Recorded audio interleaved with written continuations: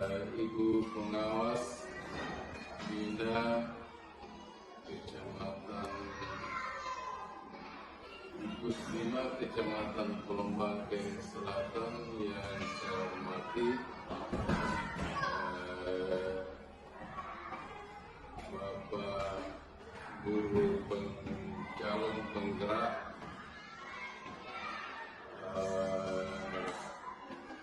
dari SDN 124 Ujung Bomba yang saya hormati, Bapak dan Ibu Guru yang saya hormati,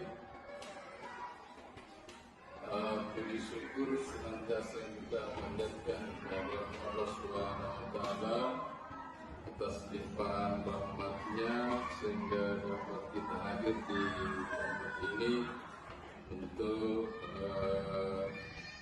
dalam rangka lanjutan dari kegiatan calon guru penggerak di sekolah kita ini,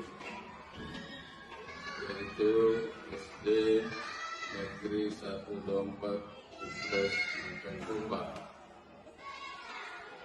Harapan kami kepada calon guru penggerak dapat melaksanakan tugas dengan sebaik-baiknya.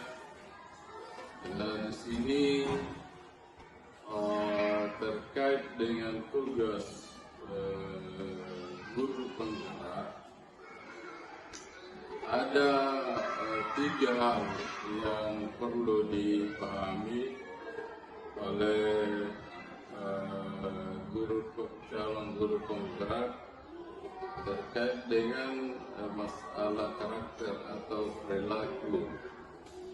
Jadi calon guru penggerak itu seyogyanya memahami perilaku yang perlu dilanjutkan, perilaku yang perlu dihentikan, dan perilaku yang harus dimulai dari sekarang.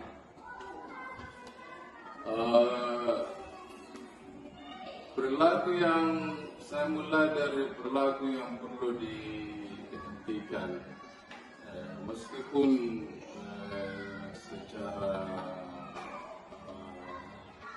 kasat mata calon guru penggerak ini jarang sekali melakukannya, tapi perlu saya sampaikan bahwasanya perilaku yang perlu dihentikan adalah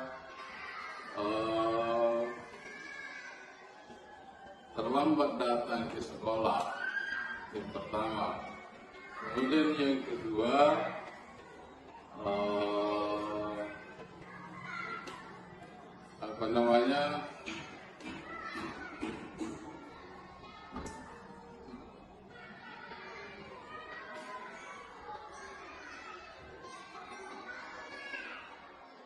bermain handphone ya pada saat mengajar, kecuali memang ada hubungannya dengan pengajaran pada saat kita mengajar. Yang dimaksud itu bermain handphone misalnya ketika kita memberi tugas kepada anak-anak, biasa terjadi kita bermain HP, bermain Facebook dan lain sebagainya, tidak ada hubungannya dengan peningkatan kualitas pendidikan anak-anak. Kemudian yang ketiga, memberi tugas kepada anak padahal kita tidak memberi pembekalan yang memadai kepada siswa tersebut. Dan ini jarang sekali saya temukan di calon guru penggerak, terkhusus kepada Pak SPD. Kemudian perilaku yang perlu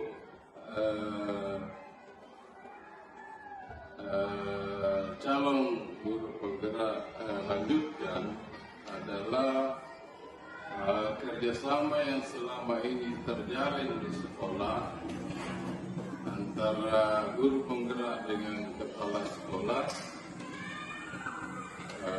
kemudian dengan teman sejawat, ya, itu perlu dilanjutkan karena selama ini sudah terjalin dengan baik sesuai dengan pengamatan saya. Kemudian yang kedua adalah sikap kita, sikap guru penggerak serta perilaku yang perlu yang dapat dicontoh atau dijadikan teladan oleh warga sekolah. Jadi bukan saja guru tapi semua warga sekolah termasuk orang tua siswa. Kemudian selanjutnya yang perilaku yang perlu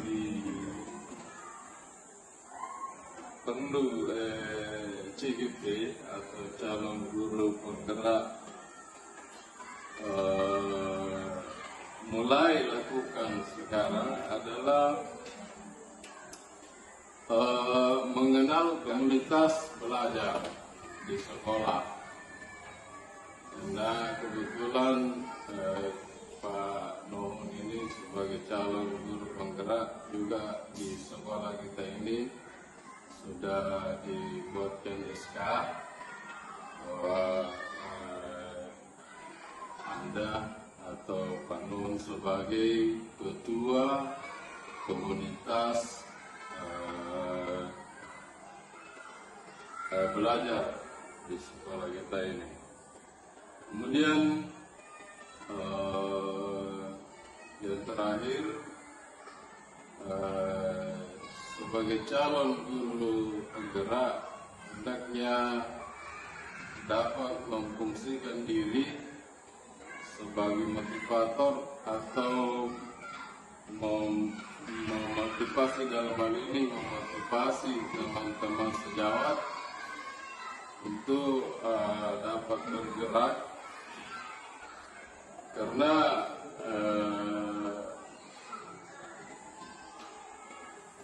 kalau kita diam artinya tidak berbuat, maka pasti kita akan ketinggalan dari sekolah-sekolah yang lain, dan itu dapat terbaca melalui media sosial.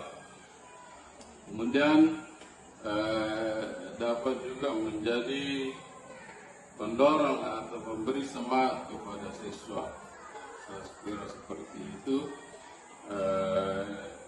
Tiada lain tujuannya adalah untuk peningkatan kualitas pendidikan di sekolah kita ini.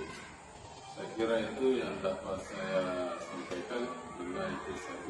Assalamualaikum warahmatullahi wabarakatuh.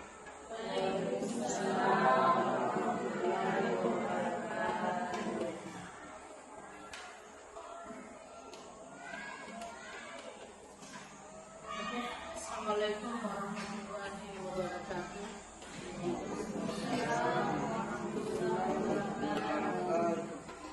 Alhamdulillahilladzi as'ala ala nuril dunya wad din.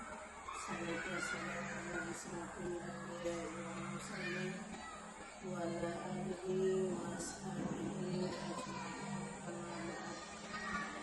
Bapak kepala sekolah yang saya hormati, rekan-rekan guru yang saya banggakan dan istimewa sekali, guru calon guru penggerak yang saya banggakan.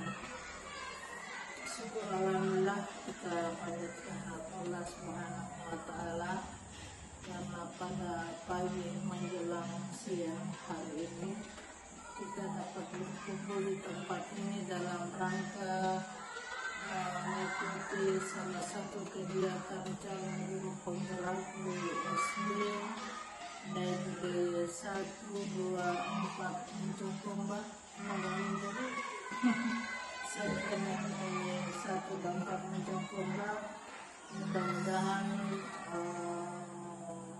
saudara kita berhasil untuk menjadi guru penggerak.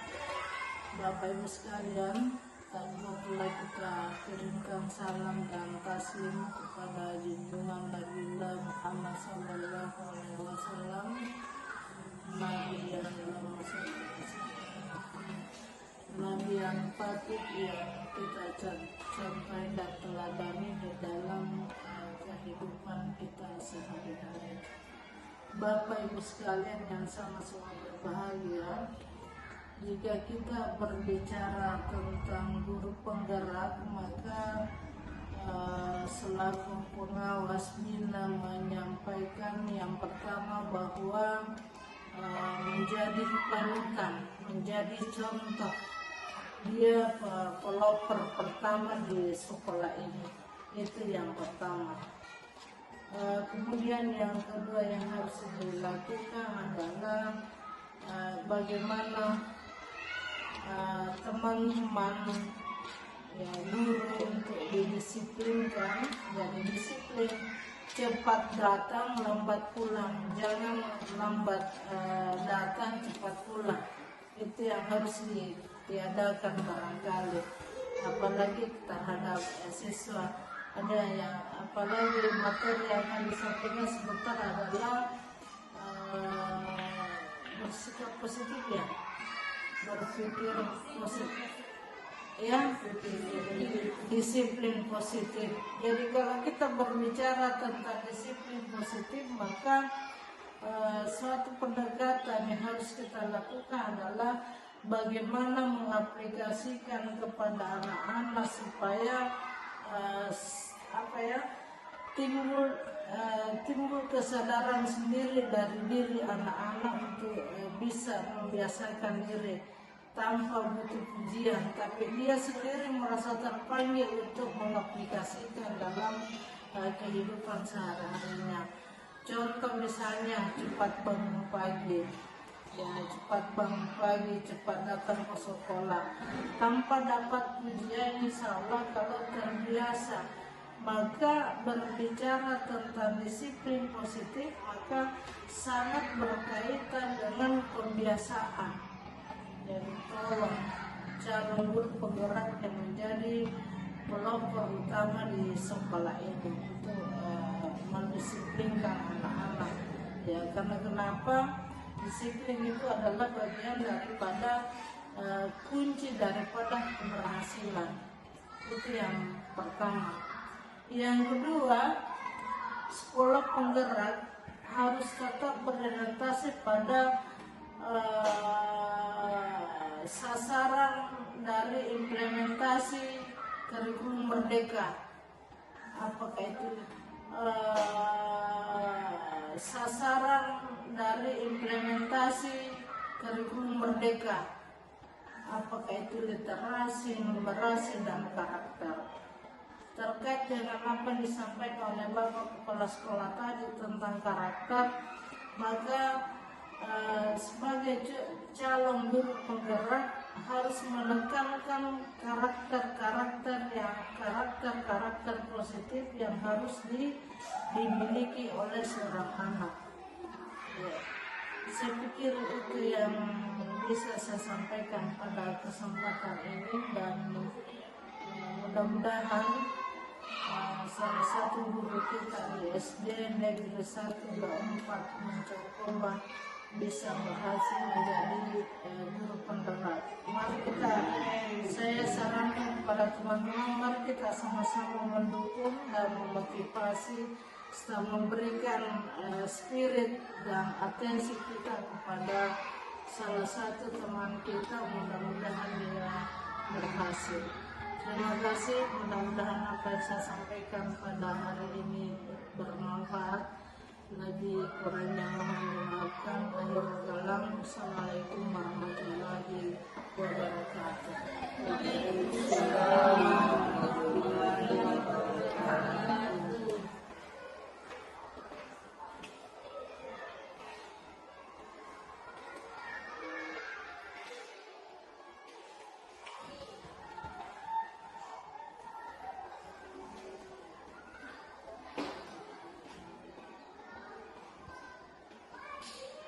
Assalamualaikum warahmatullahi wabarakatuh.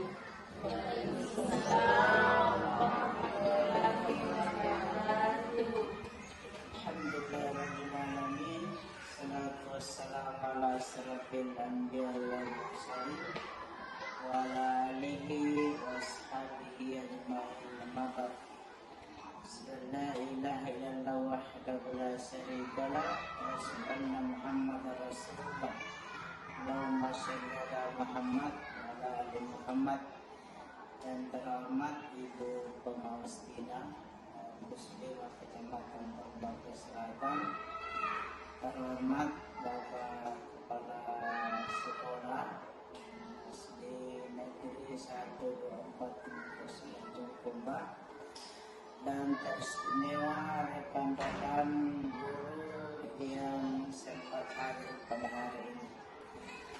Alhamdulillah, pada kegiatan ini yaitu saya akan membawakan sebuah materi tentang disiplin positif.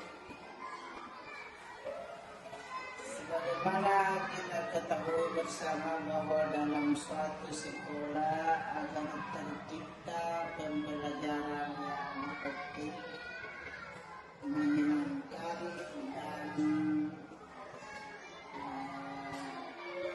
nyaman, sehingga anak-anak merasa betah untuk belajar di sekolah. Dalam hal ini kita sebagai seorang guru harus menanamkan pada diri kita sikap disiplin. Disiplin yang kita bahas pada materi ini yaitu disiplin positif. Kalau kita perhatikan, disiplin positif itu menumbuhkan disiplin yang didorong dalam diri anak tanpa hukuman dan hadiah. Maksudnya di sini anak-anak akan atau murid akan membuat sesuatu bukan karena takut hukuman, atau melakukan sesuatu karena ingin mendapatkan hadiah. Yang namanya disiplin positif. Karena terkadang biasa yang kita lakukan, anak-anak biasa takut melakukan pelanggaran karena takut mendapatkan hukuman, seperti dia rajin menyapu karena takut mendapatkan hukuman dari wali kelas atau guru. Kemudian dia rajin menyapu karena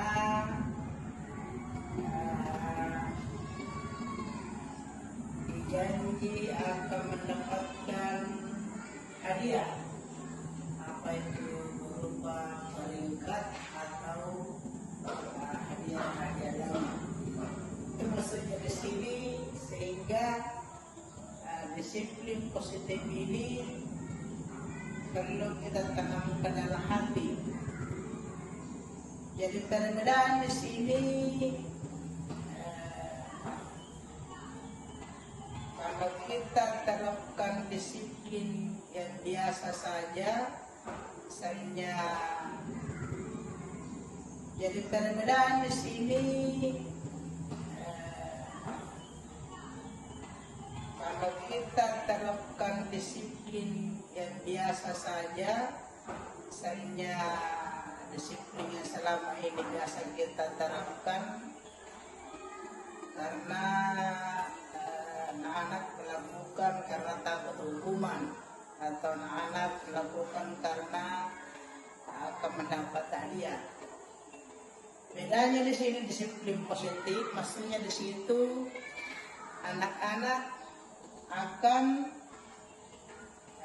melakukan sesuatu betul-betul karena dalam dirinya, seperti apa manfaat disiplin positif di sini, yaitu dapat menumbuhkan kepercayaan diri anak.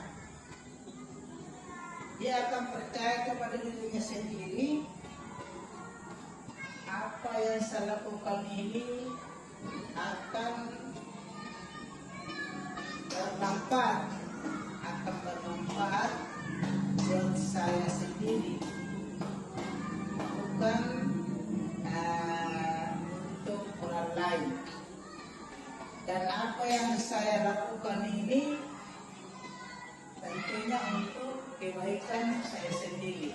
Itu yang pertama manfaatnya. Kemudian manfaat yang kedua di sini yaitu dapat mendukung kemandirian anak dan rasa tanggung jawab atas dirinya. Kemudian yang ketiga yaitu dapat mendukung lingkungan yang lebih baik dalam keluarga.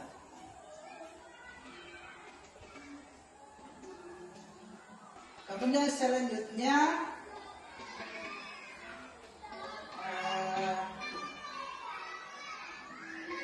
kita mengajarkan disiplin untuk kebaikannya, bukan agar anak-anak menjadi loyo, pasif, atau penurut. Seperti yang tadi saya jelaskan, anak-anak bukan melakukan karena takut sama guru. Anak-anak melakukan karena ada rasa tertib dalam dirinya, ada rasa tanggung jawab dalam dirinya untuk tugas yang diberikan kepada murid tersebut.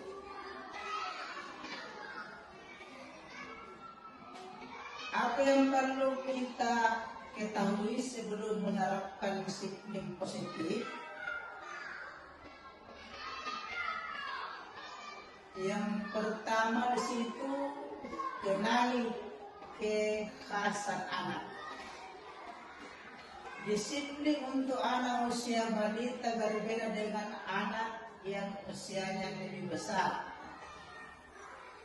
Anak terlahir dengan sifatnya masing-masing, misalnya ada yang mulai berkenalan dengan orang baru dan ada yang lambat mengenal orang lain. Kemudian yang kedua, pahami kebutuhan anak. Di sini setiap anak memiliki kebutuhan dasar, makan, minum, tidur, main yang perlu dipenuhi. Misalnya anak yang sedang kelelahan, mengantuk, dan lapar akan sulit mengikuti aturan dan mematuhi kesepakatan yang kita tetapkan di sekolah.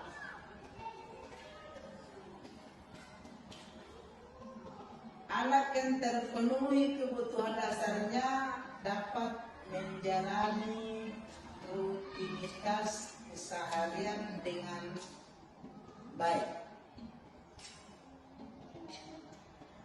Kemudian apa saja tantangan dan hambatan orang tua saat menerapkan disiplin positif? Pertama, pengalaman masa lalu orang tua. Pengalaman saat menjadi anak akan mempengaruhi cara menerapkan disiplin pada anak saat ini. banyak pengalaman yang dapat diterapkan pada anak kita, tetapi ada juga pengalaman yang tidak perlu diulang.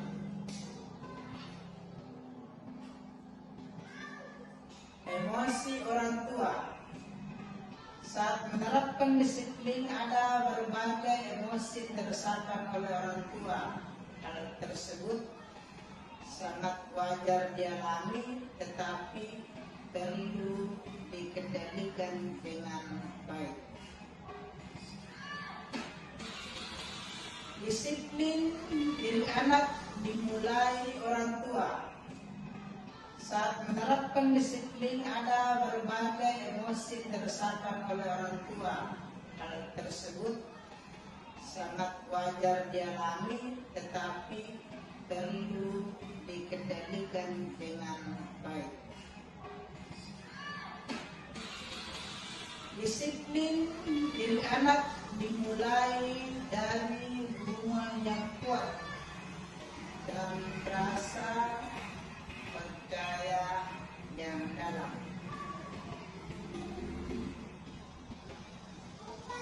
Kemudian selanjutnya, apa saja yang perlu dipahami dalam penerapan disiplin positif?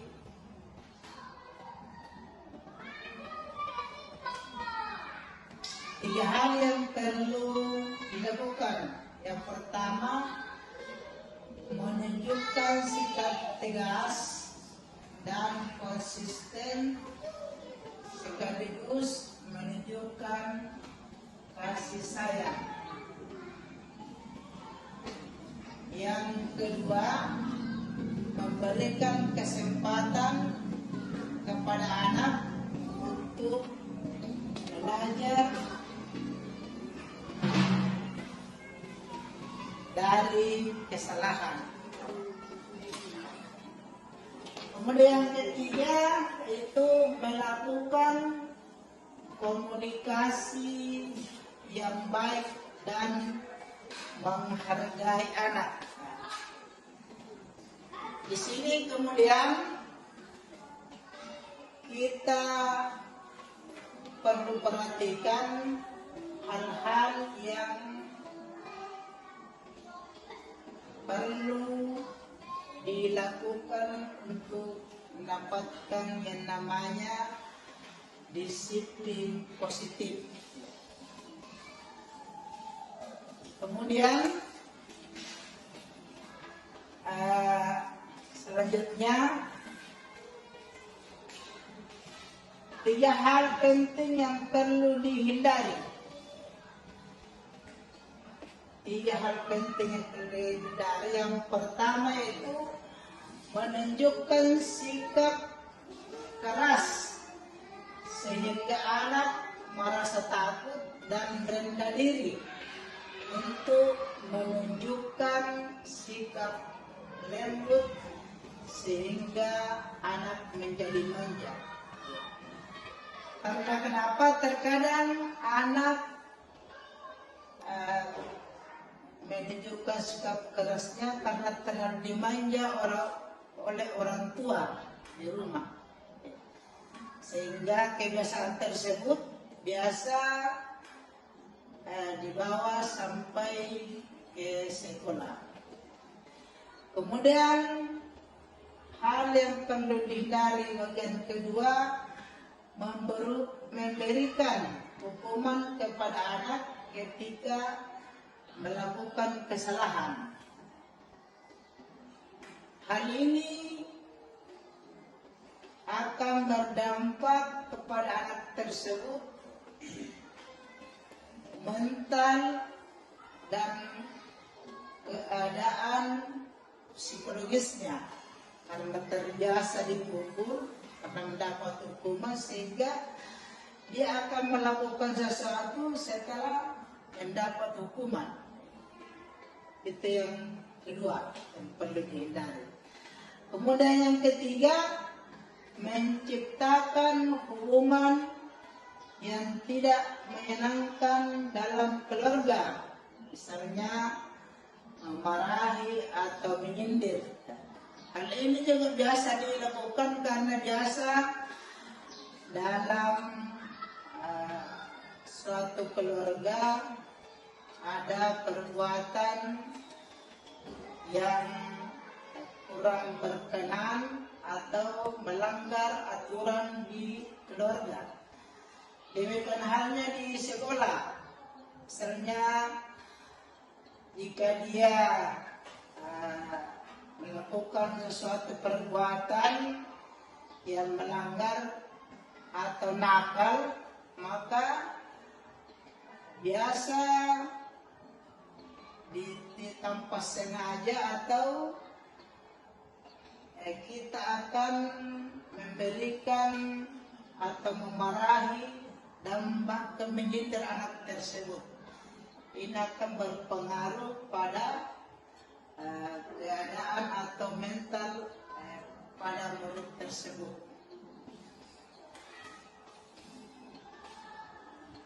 Anak tumbuh disiplin bukan karena kepatuhan atau ketakutan, melainkan karena kesadaran dan kepedulian. Jadi anak akan tumbuh di sini bukan karena takut mendapatkan hukuman. Anak tumbuh dengan baik karena adanya kesadaran dan kepedulian terhadap rasa tanggung jawab dalam dirinya sendiri. Dalam dirinya ditumbuhkan keyakinan bahwa yang kedua, tidak mempermalukan anak dengan menceritakan kesalahannya. Jadi biar ada kesalahan anak tersebut harus kita tutupi atau tidak diceritakan di muka umum. Ini maksudnya. Karena kenapa? Biasa anak karena merasa malu sehingga dia takut atau ada perasaan terus bersalah dari kesalahan yang dilakukannya. Kemudian selanjutnya, bagaimana cara menumbuhkan disiplin diri anak?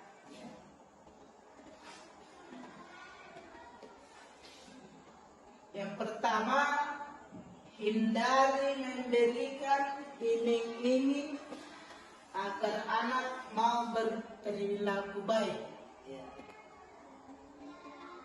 Misalnya, menjelaskan pada anak bahwa mandi akan membuat dirinya nyaman, bukan karena akan mendapatkan hadiah setelah mandi. Karena kapan kita memberikan hadiah baru mau mandi, maka dia tidak akan mandi kalau kita sudah tidak memberikan lagi hadiah. Jadi ini bedanya berperilaku baik karena akan mendapatkan hadiah. Tapi kalau kita menjelaskan bahwa mandi akan sangat baik untuk kita dan kesehatan kita dan kesegaran kita, maka dia akan mandi walaupun tidak ada hadiah. Kemudian yang kedua, mendampingi anak tidak hanya pada saat sukses, tetapi juga pada saat sulit. Misalnya, saat anak kalah dalam perlombaan, jangan disalahkan, tetapi berilah semangat. Maksudnya di sini, apabila anak-anak tersebut gagal mendapat juara, kita masih terus harus memberikan semangat, motivasi untuk belajar, untuk mendapatkan prestasi di perlombaan berikutnya. Karena kenapa? Apabila kita menyalahkan anak tersebut, kalau dia dapat juara, maka dia tidak akan bersemangat lagi.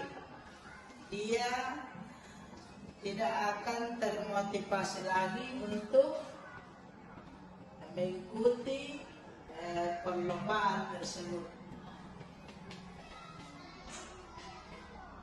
Dalam disiplin positif, ujian yang tepat menjadi alat disiplin yang baik karena memberikan pengalaman belajar. Di sini, apabila kita memberikan suatu kalimat pujian yang tepat, misalnya pada anak, kita memberikan terus semangat bagaimana dia menjadi pintar, bagaimana dia menjadi berprestasi, maka hal ini tentu akan membangkitkan dalam dirinya untuk senantiasa disiplin, berusaha berbuat baik walaupun tanpa ada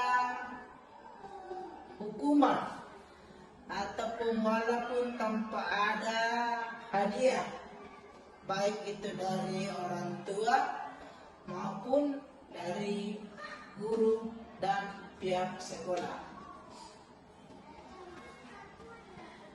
Kemudian selanjutnya lagi, bagaimana cara berkomunikasi dalam disiplin positif. Di sini hal yang harus kita perhatikan yaitu hindari itu menggurui.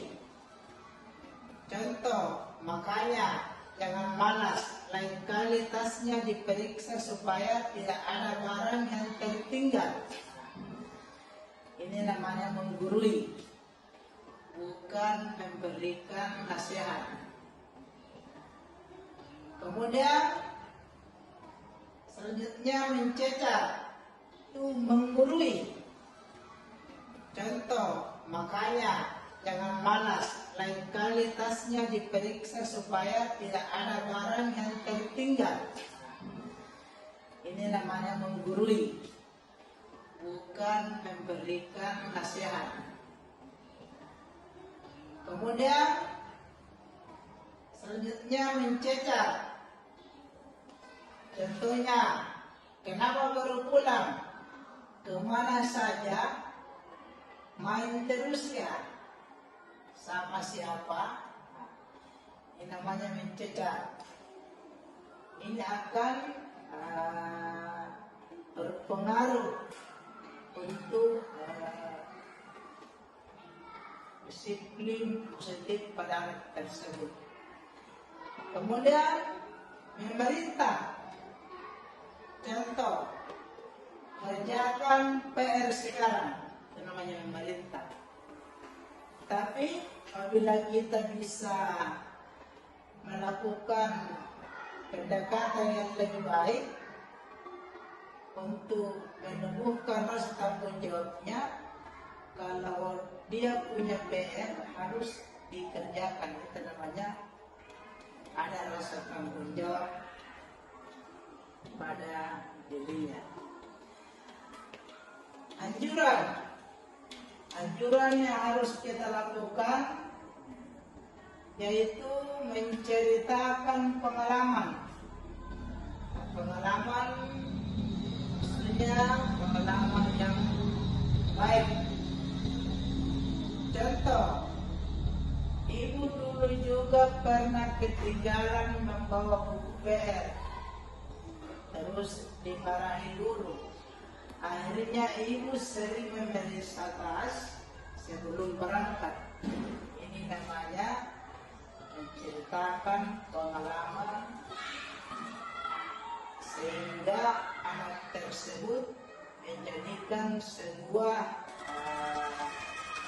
motivasi atau contoh sehingga dia tidak akan melakukan hal yang serupa, dan dia akan senantiasa berhati-hati, senantiasa waspada apabila ada hal-hal yang akan ketinggalan di rumahnya. Kemudian menyatakan situasi di sini, contoh, wah, pulangnya terlambat, kelihatannya capek ya. Ini di sini tentunya akan membuat anak tersebut merasa ada perhatian karena dimaklumi atau dipahami bahwa dia merasa capek. Bukan langsung dia marah-marahi kenapa pulang terlambat. Ini akan nampak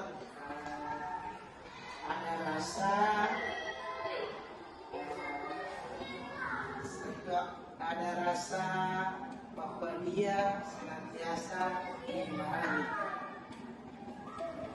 Kemudian memberikan pilihan, contoh, mau kerjakan PR sekarang atau 30 menit lagi. Ini namanya memberikan pilihan. Karena terkadang biasa ada langsung disuruh kerjakan PR sekarang, jadi tidak ada pilihannya.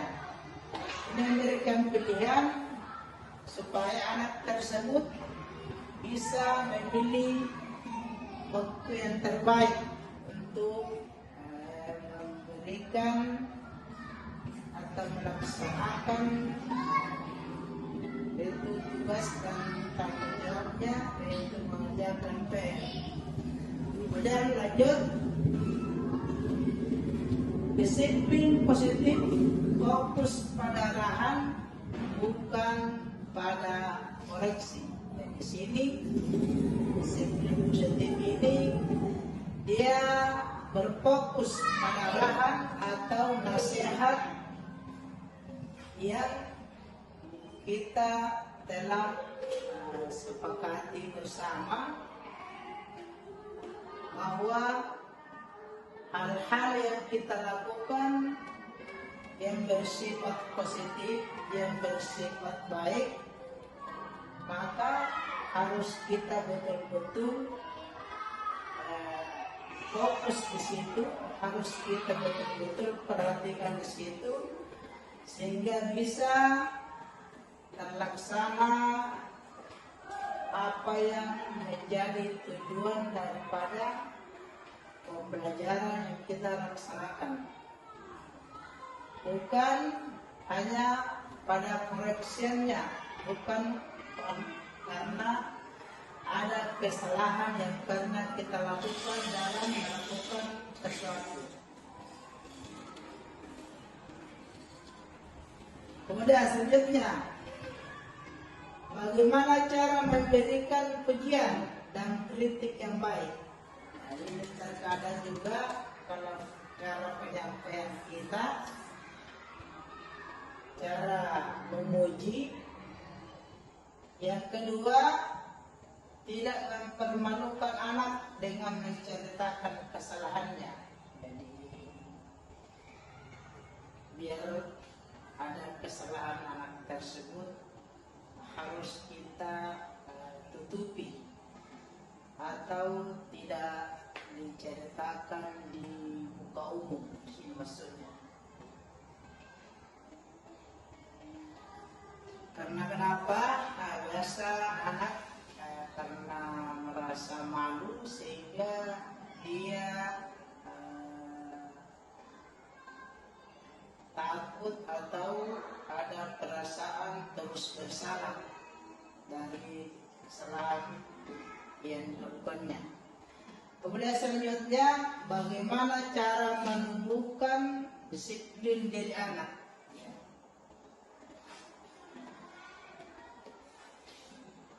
Yang pertama, hindari memberikan iming-iming agar anak mau berperilaku baik. Misalnya, menjelaskan pada anak bahwa mandi akan membuat dirinya nyaman, bukan karena akan mendapatkan hadiah setelah mandi. Karena kapan kita memberikan hadiah baru mau mandi, maka dia tidak akan mandi kalau kita sudah tidak memberikan lagi hadiah. Jadi ini bedanya berperilaku baik karena akan mendapatkan hadiah. Tapi kalau kita menjelaskan bahwa mandi akan sangat baik untuk kita dan kesehatan kita dan kesegaran kita, maka dia akan mandi walaupun tidak ada hadiah. Kemudian yang kedua, mendampingi anak tidak hanya pada saat sukses, tetapi juga pada saat sulit. Misalnya, saat anak kalah dalam perlombaan, jangan disalahkan, tetapi berilah semangat. Maksudnya di sini, apabila anak-anak tersebut gagal mendapat juara, kita masih terus harus memberikan semangat, motivasi untuk belajar, untuk mendapatkan prestasi di perlombaan berikutnya. Karena kenapa? Apabila kita menyalahkan anak tersebut kalau dia dapat juara, maka dia tidak akan bersemangat lagi. Dia tidak akan termotivasi lagi untuk mengikuti perlombaan tersebut. Dalam disiplin positif, ujian yang tepat menjadi alat disiplin yang baik karena memberikan pengalaman belajar. Di sini, apabila kita memberikan suatu kalimat pujian yang tepat, misalnya pada anak, kita memberikan terus semangat bagaimana dia menjadi pintar, bagaimana dia menjadi berprestasi, maka hal ini tentu akan membangkitkan dalam dirinya untuk senantiasa disiplin, berusaha berbuat baik walaupun tanpa ada hukuman ataupun walaupun tanpa ada hadiah, baik itu dari orang tua maupun dari guru dan pihak sekolah. Kemudian selanjutnya lagi, bagaimana cara berkomunikasi dalam disiplin positif. Di sini hal yang harus kita perhatikan yaitu hindari itu menggurui. Contoh, makanya jangan malas, lain kali tasnya diperiksa supaya tidak ada barang yang tertinggal. Ini namanya menggurui, bukan memberikan nasihat. Kemudian selanjutnya mencecar. Kemudian selanjutnya Bagaimana cara memberikan pujian dan kritik yang baik? Nah, ini terkadang juga kalau cara penyampaian kita, cara memuji, terkadang juga kalau tidak sesuai dengan situasi, tidak sesuai dengan alurnya, terkadang disalahartikan juga, apalagi namanya kritik yang baik. Satu, pahami kondisi anak. Sini contoh. Ibu tahu kamu lelah, tapi harus diselesaikan. Jangan katakan gitu aja kok lelah.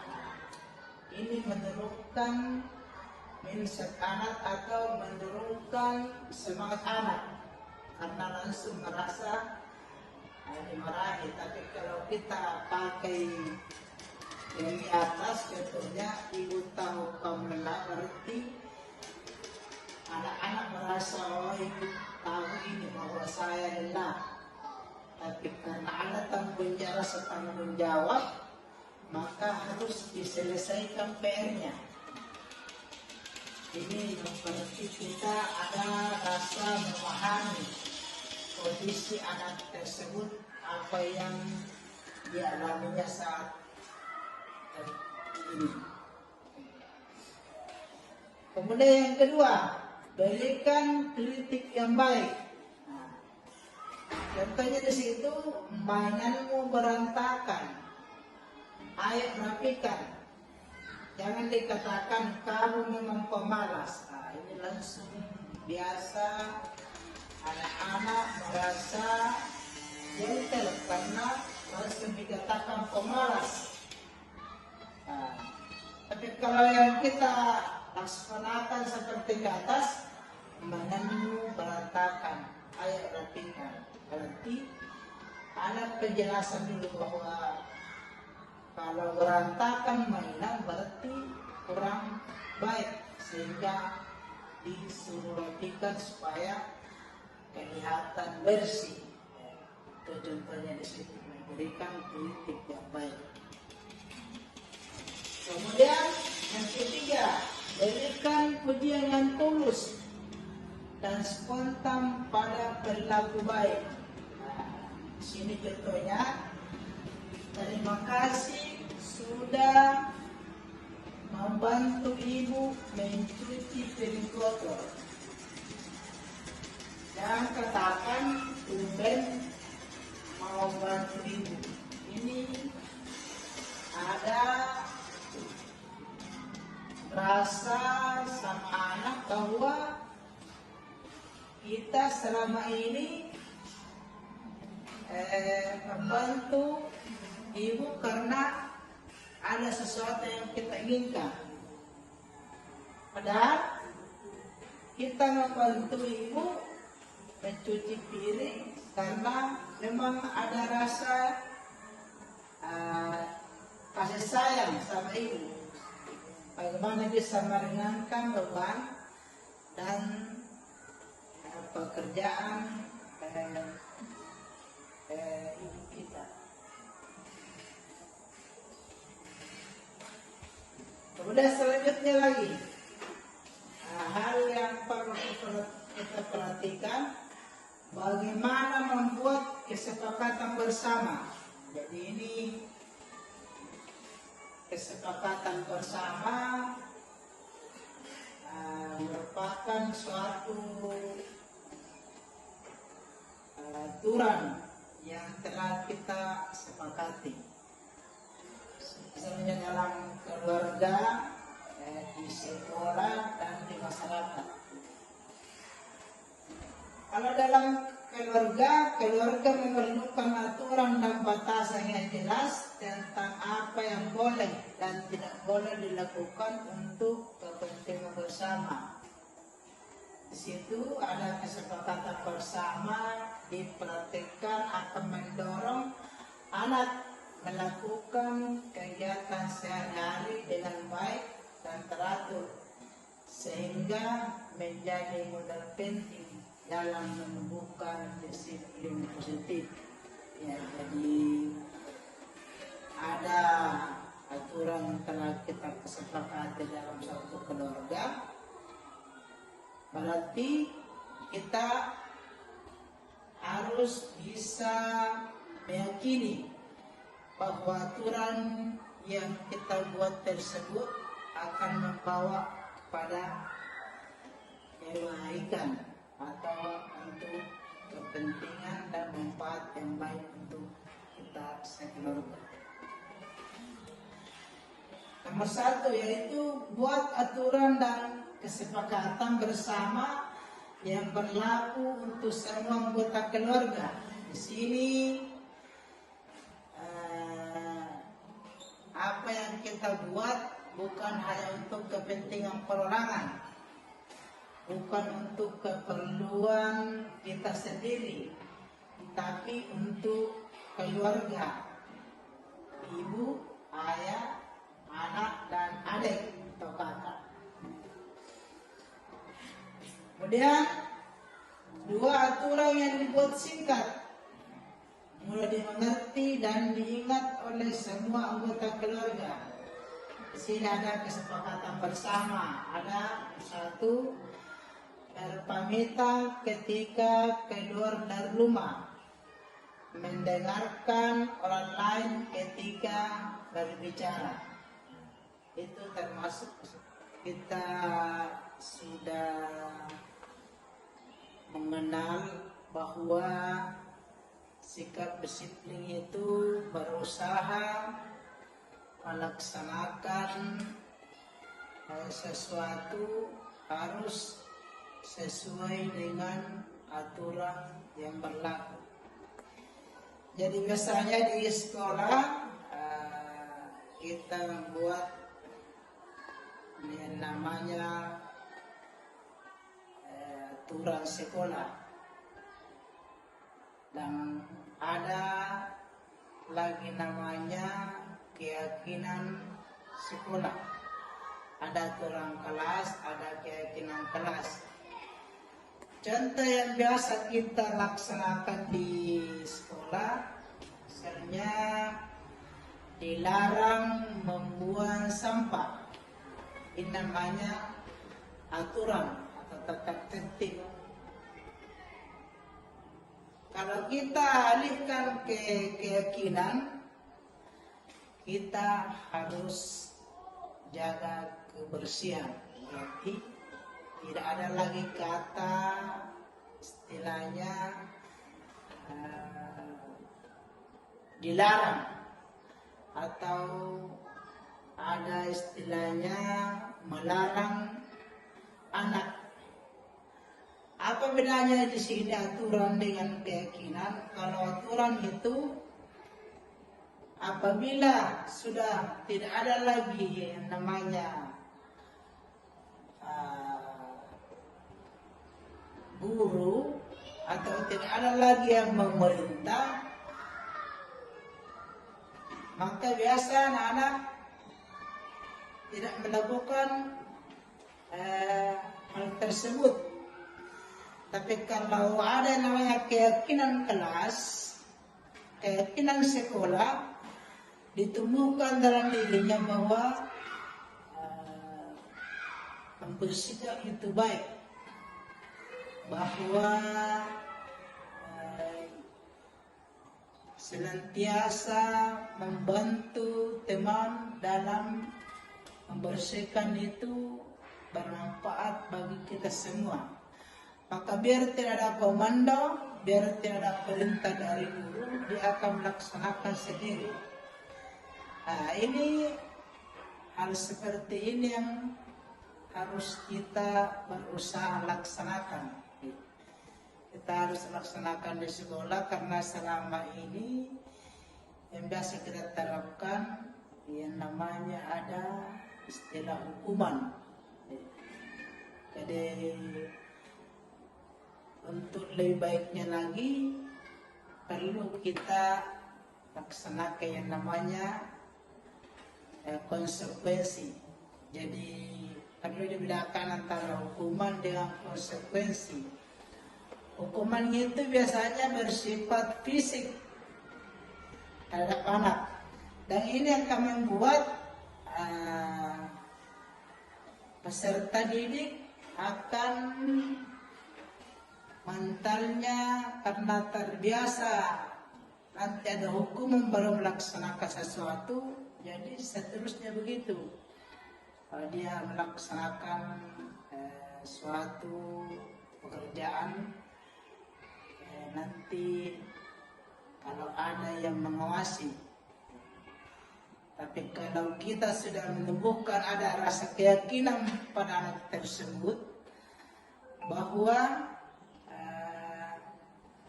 hal yang diperintahkan, hal yang kita yakini bahwa hal ini bisa bermanfaat bagi kita semua dan untuk kebaikan sendiri, insyaallah dia akan melaksanakan walaupun tidak ada perintah, walaupun tidak ada hukuman, dan dia akan terus melaksanakannya.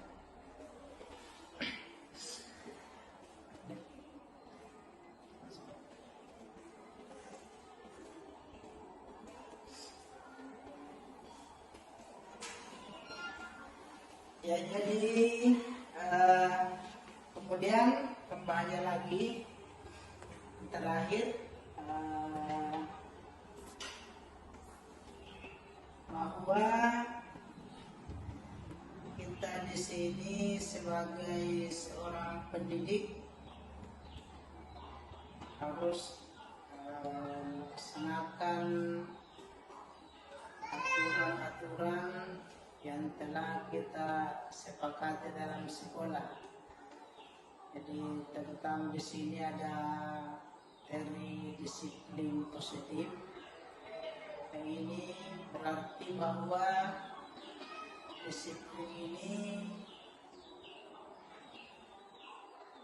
tidak semestinya atau biar tidak ada hukuman atau biar tidak ada hadiah, maka bisa akan berlangsung dengan sendirinya, dan berusaha menumbuhkan keyakinan pada anak didik kita, pada murid kita, bahwa hal yang disepakati